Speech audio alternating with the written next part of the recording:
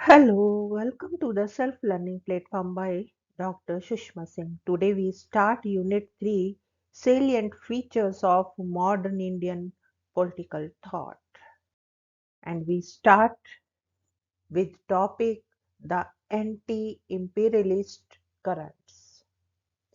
The Aligarh school came under furious attack from the more theologically inclined Muslims, the learned ulema. The conflict between the Aligarh school and the ulema has often been seen as the conflict between the modernizers and the traditionalists. But this is, in some sense, an oversimplification. The ulema's main problem with Sayyid Ahmad seems to have been with what they considered his eulogization of the British. His energetic or Englishness. There was here something parallel to what we witnessed in the case of nationalist departure from the social reformers, insofar as the ulema saw his Angrejiyat as being true collaborationist. It is interesting, therefore, that his most strident critics were also those who were more clearly anti imperialist and sought to ally with the nationalist movement for liberation from the British rule.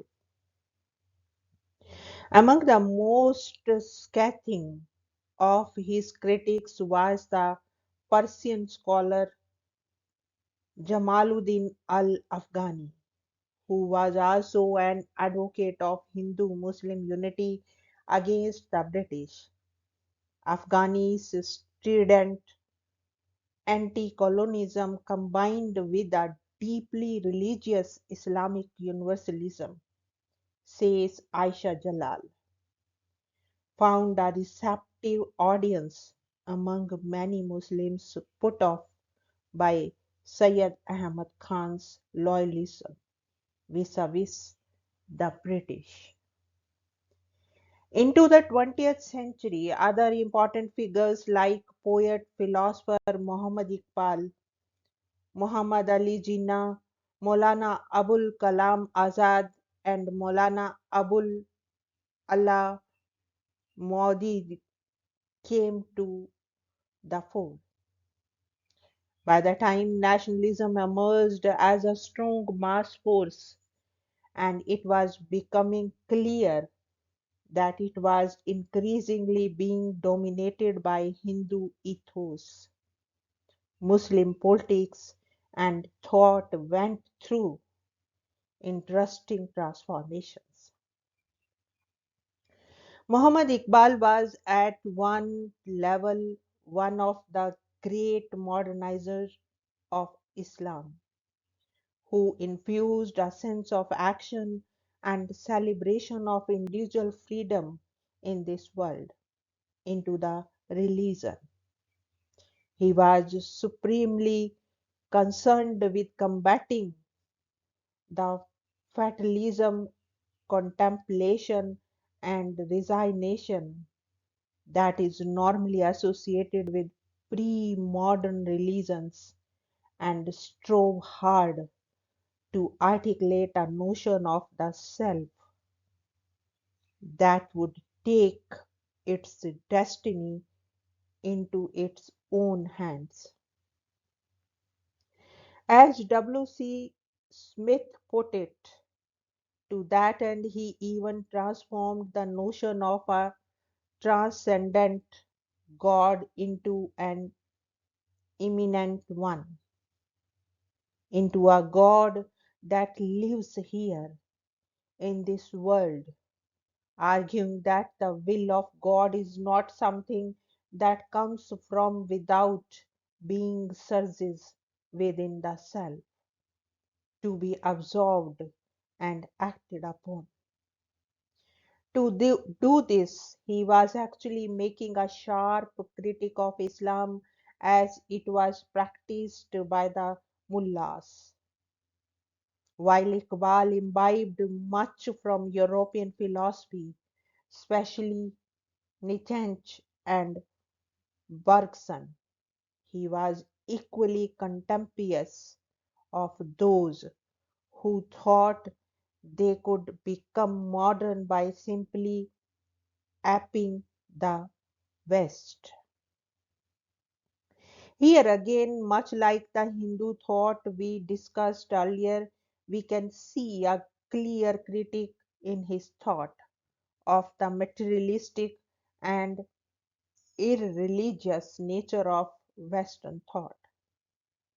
It is interesting too that, like much of modern Hindu thought, he too sought to extricate science from his overall attack on the West, arguing that while repudiating the latter, the East should adopt the former. It is also interesting that, like all reformers from Sayyid Ahmad Khan to Amir Ali, he also took recourse to ijtihad. However, he also qualified the recourse of ijtihad by arguing that in times of crisis of Islam, such as was his time, this should be resorted to with circumspections.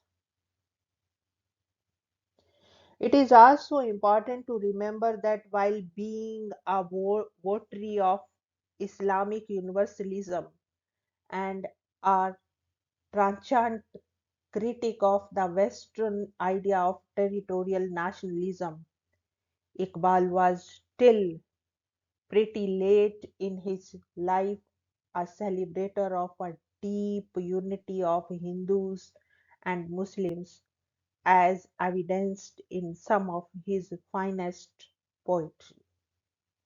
Here we will not go into the complex political process by which Iqbal, inveterate enemy of territorial nationalism, finally threw his lot with the movement for Pakistan.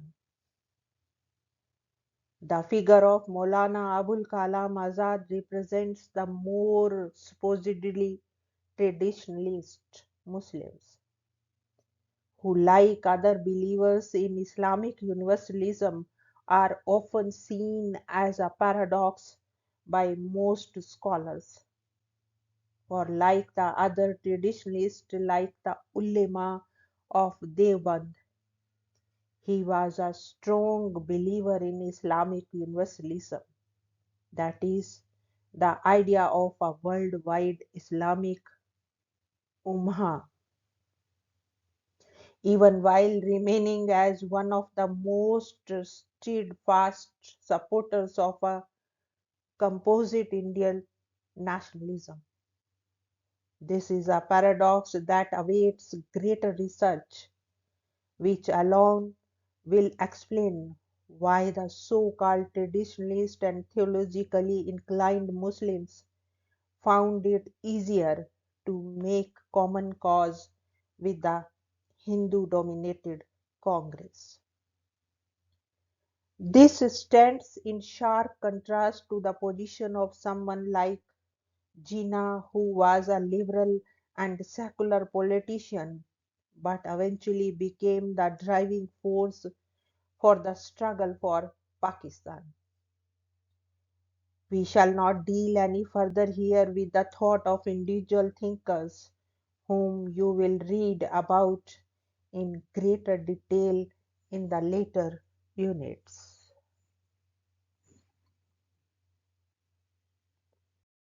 The next point is the revolt of the lower order. The important point that needs to be registered here in relation to the work and thought of lower caste leaders like Jyotirao Phule, E.V.R. Rameshwar Swamy Nikecher, also known as Periyar, and B.R. Ambedkar is that it differed from the trends identified in the case of both Hindu and Muslim thought in two crucial ways.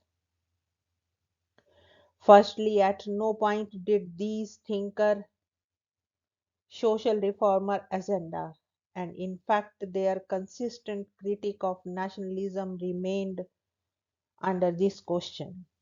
Secondly, they did not suffer from the deep ambivalence with regard to the West that marked the thought of reformers and nationalists alike in the case of Hindu thinkers or of Shibli Numami, Mohsin ul Mulk, and Iqbal in the case of Muslims.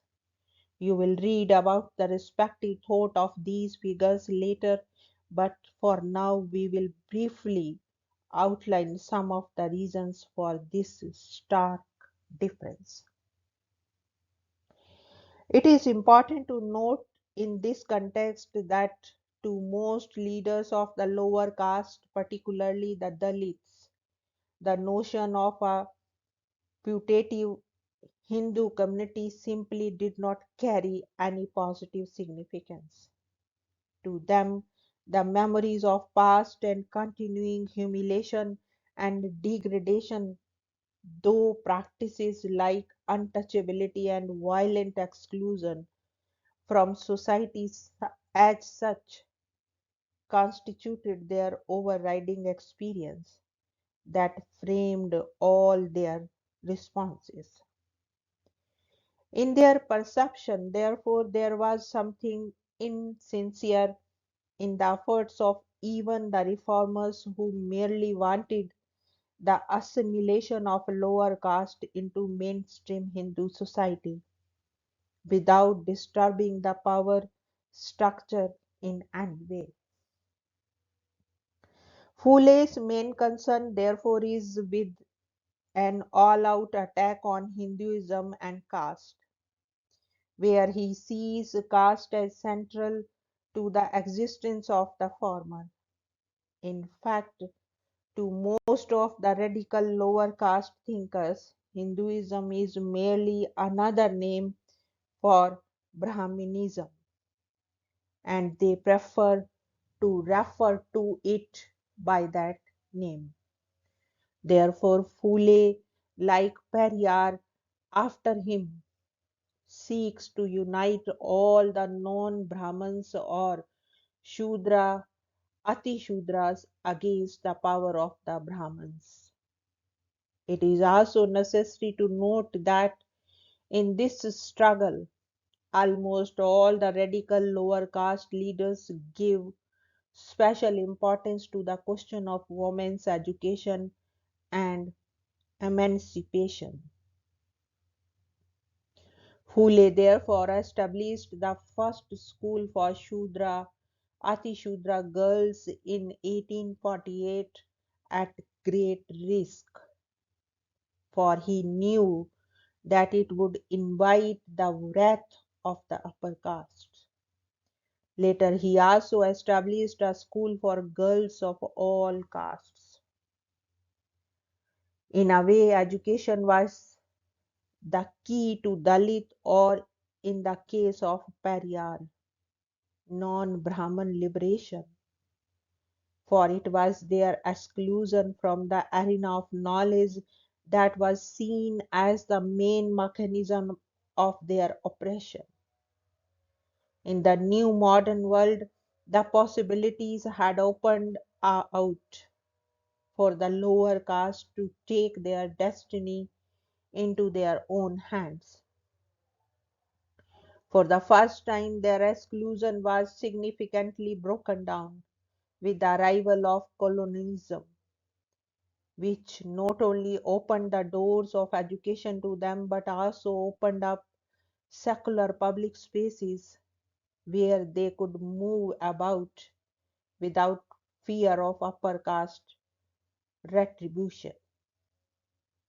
This being the case, the Dalit and Shudra leaders were less concerned with marking their difference from the irreligious and materialistic West, and more directly concerned with the breaking down the chains of bondage that had shackled them for centuries.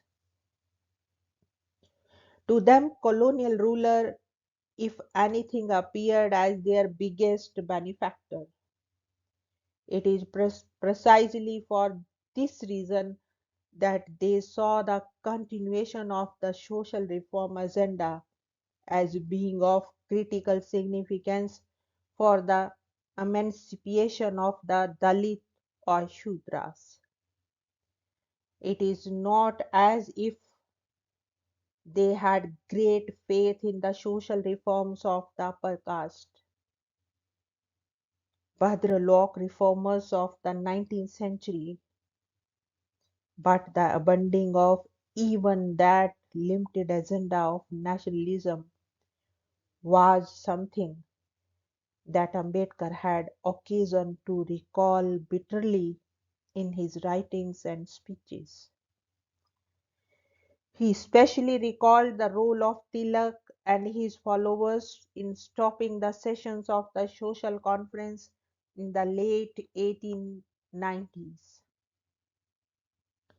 It is significant that even when the focus of Dalit and lower caste thinkers shifted to the explicitly political terrain, witnessed for the instance in work of Periyar and Ambedkar, their central preoccupations remained with the structure of power within the emergent nation, who would wield power within an independent India.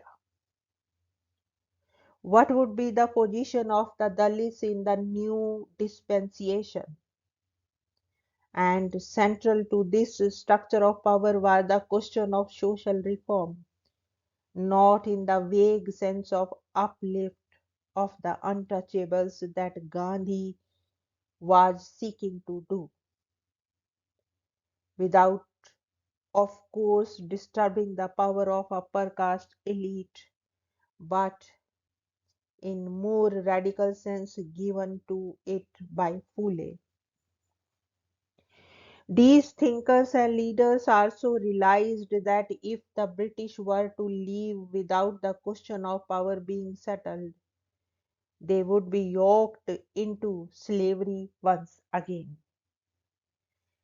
It is from this fear that the main plank of Ambedkar's and Periyar's political life emerged. The vexed question of safeguards or communal proportional representation, as it was also called. The radical lower caste leaders realized that independence would come sooner or later, thus it was necessary to stake a claim for power by bargaining hard on the question of safeguards while the British were still here. It is this battle that Ambedkar was forced to partially lose thanks to Gandhi's emotional blackmail, his notorious fast unto death, and the eventual Pune Pact. Now let us sum up the unit. We have seen that there are extremely complex layers to what we refer as modern Indian political thought. That in fact there is no single body of thought nor a single set of themes that define them. All of them have different histories and arise from different sets of experiences. Nevertheless, we can identify, at least among the Hindu and Muslim thinkers, a deep engagement with colonial modernity, leading to two distinct trends. a sharp critique of the existing state of Hindu or Muslim society, and an effort to rejuvenate it by offering a different reading of tradition and canonical religious texts in most cases. An effort to emulate the West in its scientific and philosophical advances, while at the same time offering a critique of what is seen to be crass materialism and irreligiosity of its civilization. We see a deep ambivalence that marks the efforts of reformers and nationalists alike. In this respect, we can also see how, with the coming of nationalism on the political stage, the reformer agenda gives way to the political struggle for sovereignty among the Hindus. We have also seen that the responses among the Muslims in this phase are much more layered and complex. Finally, we saw the entirely different attitudes of the radical leaders of the lower castes, both with regard to colonialism and the West on the one hand, and the community, nation, and religion on the other. Now we want to wind up this lecture and we have come to the end of the unit. Thank you so much for your attention.